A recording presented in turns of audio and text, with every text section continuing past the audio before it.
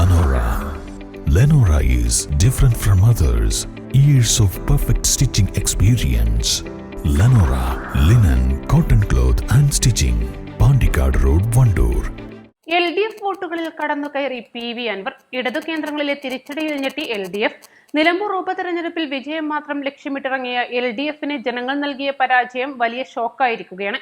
PV Anwar LDF വിട്ടത് ഇടതുമുന്നണിയുടെ vote ബാങ്കിൽ വിള്ളൽ വീഴ്ത്തില്ലെന്ന CPM നേതാക്കളുടെ ആത്മവിശ്വാസമാണ് വോട്ടെണ്ണൽ പുറത്തു വന്നപ്പോൾ ചീട്ടുകൊട്ടാരം പോലെ പൊലിഞ്ഞത്. മലയോര കർഷകർക്കിടയിലുള്ള PV അൻവറിന്റെ സ്വീകാര്യതയാണ് സ്വതന്ത്രനായി മത്സരിച്ചിട്ടും 19,768 വോട്ടുകൾ നേടാൻ സഹായിച്ചത്. അൻവർ പരമാവധി നേടുക 5,120 വോട്ട് എന്നായിരുന്നു CPM ബൂത്തുകളിൽ നിന്നും ശേഖരിച്ച കണക്ക്. LDF 80,000-ലധികം വോട്ടുകൾ നേടുമെന്നും 1,634 വോട്ടുകൾക്ക് വിജയം ഉറപ്പാണെന്നും കണക്ക് നിരത്തി പറഞ്ഞിരുന്നു. CPM നേതാക്കളും മുഖ്യമന്ത്രിയും LDF നേതാക്കളുടെ പടയും രംഗത്തെത്തിയിട്ടും അൻവർ അനുകൂല വോട്ടുകളുടെ ഒഴുക്ക് കണ്ടെത്താനായില്ല. എന്നാൽ അൻവർ സ്വതന്ത്രനായി മത്സരിക്കാനെത്തിയതോടെ UDF നേതാക്കൾ എണ്ണയിട്ട യന്ത്രം പോലെ പ്രവർത്തിക്കുകയും UDF വോട്ടുകളുടെ ചോർച്ച തടയുകയും ചെയ്തു.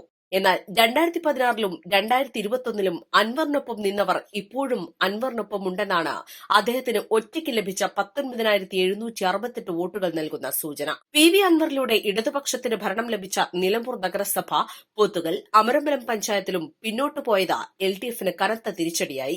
CPM നേതൃത്വം നൽകുന്ന നിലമ്പൂർ നഗരസഭയിൽ 1,500ഓളം വോട്ടുകൾ LDF ലീഡ് പ്രതീക്ഷിച്ച സ്ഥാനത്താണ് 3,937 വോട്ടുകളുടെ ഭൂരിപക്ഷം UDF സ്ഥാനാർത്ഥി ആര്യടൻ ഷൌക്കത്ത് നേടിയത്. CPM സംസ്ഥാന സെക്രട്ടേറിയറ്റ് അംഗവും നിലമ്പൂർ സ്വദേശിയുമായ M സ്വരാജിനെ സ്ഥാനാർത്ഥിയാക്കിയിട്ടും 2006-ൽ P ശ്രീരാമകൃഷ്ണൻ നേടിയ 69,000 വോട്ടിലേക്ക് പോലും എത്താൻ കഴിഞ്ഞില്ല.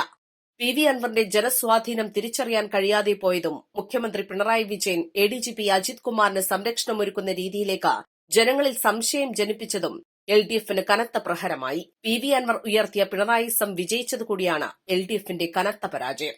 East live, Nilambur.